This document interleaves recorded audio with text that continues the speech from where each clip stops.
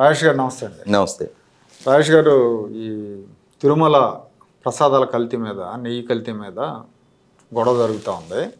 జగన్మోహన్ రెడ్డి ఏమో అసలు మాకు సంబంధం లేదు, మేము చాలా 4-5 దఫాలు టెస్టులు చేసి కానీ తీసుకోము, ఏదైనా కూడా టీటీడీ తీసుకోదు, మీకు తెలియకుండా మాట్లాడుతున్నారు అన్నారు అని ప్రెస్ ముందుకు వచ్చాడు. ఇప్పుడు ప్రధానమంత్రికి కూడా ఒక లేఖ రాశాడు ఆయన.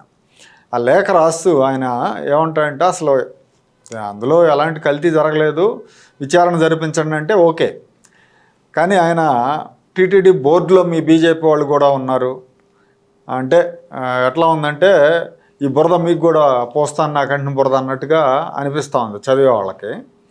ఆయన ఎందుకు అట్లా అంటే బీజేపీని కూడా ఈ రొంపిలోకి లాగాలని ప్రయత్నం చేస్తున్నాడా, చేసి ఆ రకంగా తను సేవ్ అవ్వచ్చు అనుకుంటున్నాడా?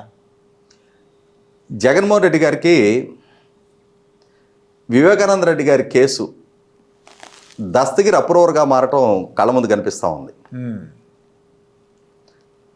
దస్తగిరి వివేకానంద రెడ్డి గారి కేసులో సిబిఐ విచారణలో అప్రూవర్గా మారి పులివెందుల మేజిస్ట్రేట్ గారి ముందు సిఆర్పిసి 164 స్టేట్మెంటు నమోదు చేసి నేను తప్పు చేశా, నేను హత్యలో పాల్గొన్నా, నేను డబ్బు తీసుకున్నా, కానీ నాకు డబ్బులు పలానా వాళ్ళు ఇచ్చారు, నాతో పాటు పలానా వాళ్ళు పాల్గొన్నారు అని చెప్పని వీళ్ళ బతుకు మొత్తం బయటపెట్టాడు కదా. ఇప్పుడు జగన్మోహన్ రెడ్డి గారు కూడా అదే విధమైన టాక్టిక్స్ ప్రధానమంత్రి నరేంద్ర మోడీ గారి దగ్గర ప్లే చేసే ప్రయత్నం చేస్తూ ఉన్నాడు. ఏం చేస్తున్నాడు? జరిగింది తప్పు అయితే ఆ తప్పులో నేను ఒక్కడనే బాధ్యుడిని కాదు, నాతో పాటు మీరందరూ కూడా ఉన్నారు, ఇది కలెక్టివ్ రెస్పాన్సిబిలిటీ. కేంద్ర మంత్రుల రికమెండేషన్ మేరకు అపాయింట్ చేయబడ్డ భారతీయ జనతా పార్టీ సభ్యులు కూడా ఈ పాలక మండలిలో ఉన్నారు. వీళ్ళందరి అవగాహనతోటే, వీళ్ళందరి నాలెడ్జ్లోనే ఈ నిర్ణయాలన్నీ జరిగినాయి అని చెప్పని మరి ఆ రొంపిలోకి మిమ్మల్ని కూడా లాగమంటారా, చంద్రబాబుని మీరు కట్టడి చేస్తారా, మీరే నిర్ణయం తీసుకోండి అన్నట్టుగా ఇప్పుడు బాలు నరేంద్ర మోడీ గారి కోర్టులోకి నెట్టేసే ప్రయత్నం చేస్తూ ఉన్నాడు. ఇక్కడ మనకందరికీ తెలిసిన ఆంధ్రప్రదేశ్ రాష్ట్రంలో పాలన జరిగిన తీరు, ఇక్కడ మంత్రివర్గ నిర్ణయాలు లేదు, పాలక మండలి నిర్ణయాలు, ఇవన్నీ ఎలా జరిగినాయి అనేది మనకందరికి ఒక స్పష్టత ఉంది. అంతేగా బోర్డు మెంబర్స్ ఎవరున్నా మెంబర్స్ ఏముంది, దర్శనాలు ఇప్పించుకోవటం ఇలాంటివి చేసుకోవటం, కానీ విధానపరమైన నిర్ణయాలన్నీ టీటీడీ చైర్మన్ తీసుకుంటాడు. ఆ చైర్మన్ సుబ్బారెడ్డి, ఆ సుబ్బారెడ్డి ఈ సీఎం జగన్మోహన్ రెడ్డికి తెలియకుండా ఆయన ఆదేశాలకు విరుద్ధంగా ఏం చేయలేడు కదా. సుబ్బారెడ్డి అండ్ ధర్మారెడ్డి ఇక్కడ గమనించుకుంటే మన అసెంబ్లీ సమావేశాలు జరుగుతున్న తీరు చూస్తుంటాం. బడ్జెట్ ఆమోదం కూడా మూజువాణి ఓటుతోటి ఆమోదం జరిగిపోద్ది మన దగ్గర. ప్రధానమైన చాలా ప్రభుత్వ బిజినెస్ చర్చ లేకుండా మూజువాణి ఓటుతోటి ఆమోదం జరిగిపోతూ ఉంటాయి. స్పీకర్ స్థానంలో కూర్చున్న వారు ఐస్ హ్యావ్ ఇట్ అంటారు. మనకైతే వాళ్ళ ఎస్ అన్నారని నో అన్నారని కూడా మనకు తెలియదు, మనకు వినపడదు. అసలు సభ్యుల ముఖ కవళికలు కూడా గమనించుకోకుండా తలంచుకొని ఐస్ హ్యావ్ ఇట్ అని చెప్పని ఆ బిల్స్ పాస్ చేస్తూ ఉంటారు. ఇంతకంటే భిన్నంగా తిరుమల తిరుపతి దేవస్థానం పాలక మండలి సమావేశాలు జరుగుతాయని చెప్పని మనం అనుకోవాలా?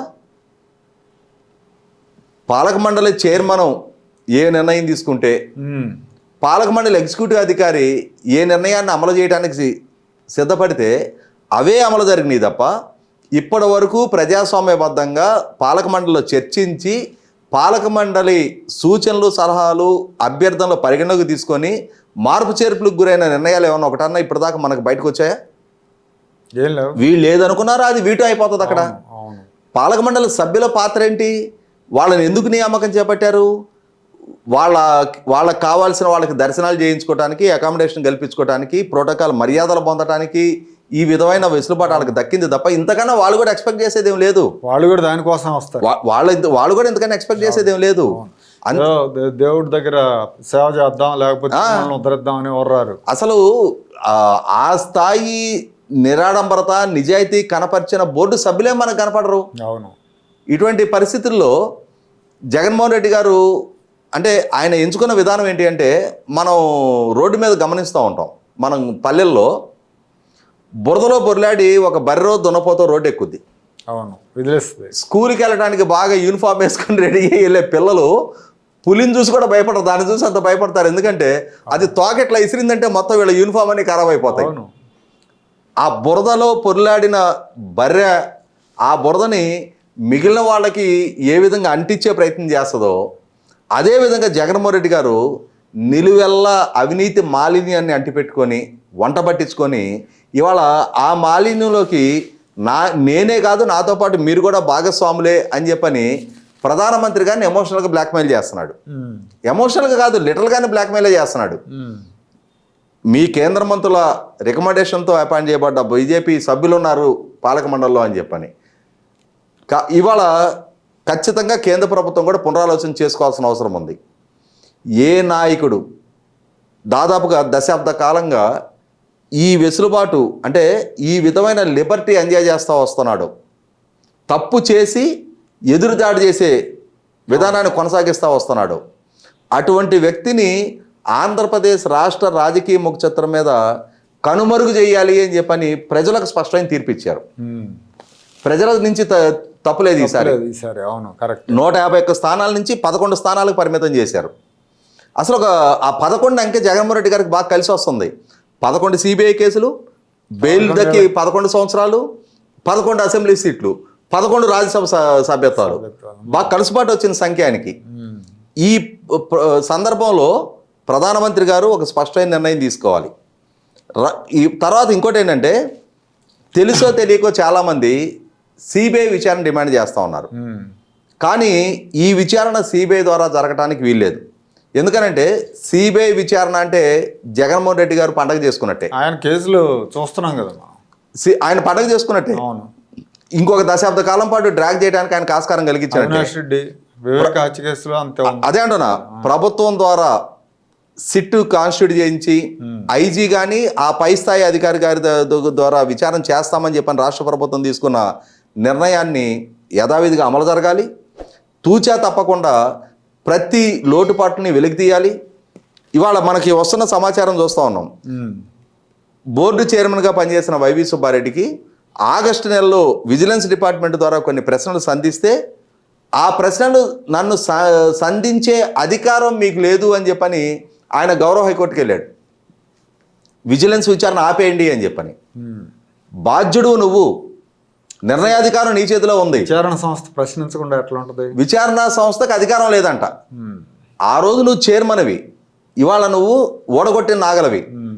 ఈవెన్ దో నువ్వు రాజ్యసభ సభ్యుడు అయినా సరే విచారణ పరిధిని క్వశ్చన్ చేసే అర్హత నీకు లేదు. అవును, నువ్వు 100కి 100 జవాబు చెప్పి తీరాల్సిందే.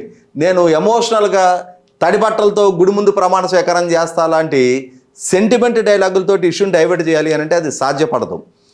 నిర్ణయాలు తీసుకుంది మీరు. దేవుడి నైవేద్యంలోనే కల్తీ చేసిన వాళ్ళు ఎలాంటి ప్రమాణాలైనా చేస్తారు, వాళ్ళకి భయం ఏముంది? ఇప్పుడు మొట్టమొదట ఆ దేవుడు అంటే భయమైనా ఉండాలి, భక్తి అయినా ఉండాలి. అంతే. రెండూ లేని బరితెగించిన వ్యక్తులు కీలక స్థానాల్లో ఉన్నప్పుడు ఇవాళ వాళ్ళ ద్వారా జరిగిన ఉల్లంఘనలకి ఎంతకైనా బరితెగించడానికి దేవుణ్ణి లెక్క చేయడాలు ప్రధానమంత్రి గారిని లెక్క చేస్తారా, విజిలెన్స్ అధికారులను లెక్క చేస్తారా, న్యాయ వ్యవస్థను లెక్క చేస్తారా, ప్రభుత్వాన్ని లెక్క చేస్తారా, మీడియాలో జరుగుతున్న చర్చల నేపథ్యంలో ప్రజలను లెక్క చేస్తారా? కాబట్టి ఇటువంటి బరితెగించిన వాళ్ళని ఆ భయం, ఆ తప్పు చేస్తే ఎదురయ్యే పరిస్థితులు పరిణామాలు ఏంటనే భయాన్ని పరిచయం చేయాలి వాళ్ళకి. ఆ పరిచయం చేసినప్పుడే ఖచ్చితంగా అణుకు అనేది వాళ్ళకి మొట్టమొదటిగా నేర్చుకోవటం అలవాటు అవుద్ది. గతంలో జగన్మోహన్ రెడ్డి గారు జైల్లో ఉన్న రాచ మర్యాదలతోటి భోగభాగ్యాలు అనుభవించాడంట జైల్లో. అందువల్ల ఆయనకి జైలు జీవితం అనేది కష్టతరం కాల. కానీ అసలు సిసల కష్టం ఏంటి అనేది, అసలు సిసలు తప్పులు చేస్తే ఎదురయ్యే పరిస్థితులు పరిణామాలు ఏంటి అనేది రుజువు చేస్తే రాసిన అవసరం ఉంది. ఈ నేపథ్యంలో ప్రధానమంత్రి గారిని బెదిరించే ప్రయత్నం చేస్తున్నా, వ్యవస్థను ధిక్కరించే ప్రయత్నం చేసినా దానికి తగిన మూల్యం జగన్మోహన్ రెడ్డికి నేర్పి తీరాల్సిన అవసరం అన్ని వ్యవస్థలకే ఉంది. ఓకే అండి, థ్యాంక్ యూ.